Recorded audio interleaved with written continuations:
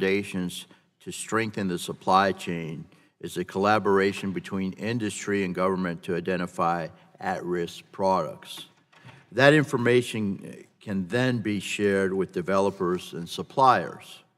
The Department of Defense uses a software process standard called Common Criteria, in which software is penetration tested for vulnerabilities and then assigned a certification grade. The FAA has a similar process for its flight control systems. I recently met with a software company with a cybersecurity research facility in my district. The company suggested a similar process at risk management for medical devices and other sensitive IoT devices. The results could be used to identify and mitigate security threats.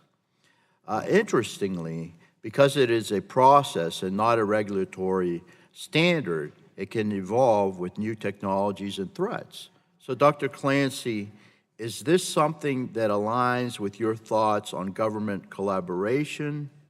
And can you expand on any other ideas you have for government participation in this space that does not involve quickly outdated standards? Certainly, I think the common criteria is a great example of a framework that looks at cybersecurity risks, specifically with software, as you point out. I think you could more broadly look at the NIST cybersecurity framework as capturing kind of a superset of those objectives. I don't know that any of them are necessarily well-suited or have been applied in the supply chain space yet. I think that is something that is a study that would need to be undertaken. I think in terms of managing and governing that process, I think the interagency approach that Mr. Johnson proposed is a great starting point for that. The knowledge of the threat is distributed across many different government agencies, and I think they would need to come together in order to bring together that complete picture in order to collaborate with industry effectively. Thank you. Mr. Johnson and Dr. Clancy, this question is for both of you. There may be times where specific telecom suppliers raise truly serious concerns which warrant action, but we cannot avoid the reality of today's global supply chain.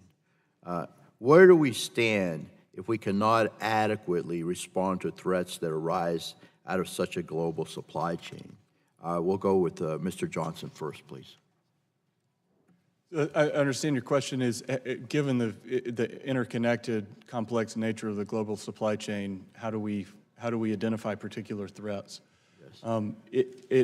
I think just borrowing on some of my fellow witnesses' testimony, taking a risk management approach is crucial, as is clear guidance to the market about where the risks are. And that could include individual companies, it could include individual products of individual companies, or it could include other things that we haven't identified yet. And I think the most important thing is to look at this not through a stovepipe of a certain agency or a certain industry sector, but holistically through the entire market in all its complexity, and clearly provide private sector advice about, or guidance about, where the risks are.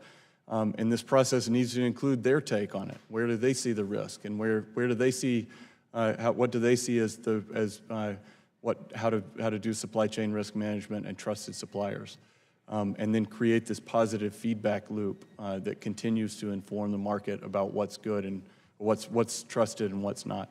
Good. Dr. Clancy, please. As I pointed out in my testimony, I think it's going to be impossible to eliminate all risk from the supply chain. It's too global, and there's too many different ways that every product touches that global supply chain.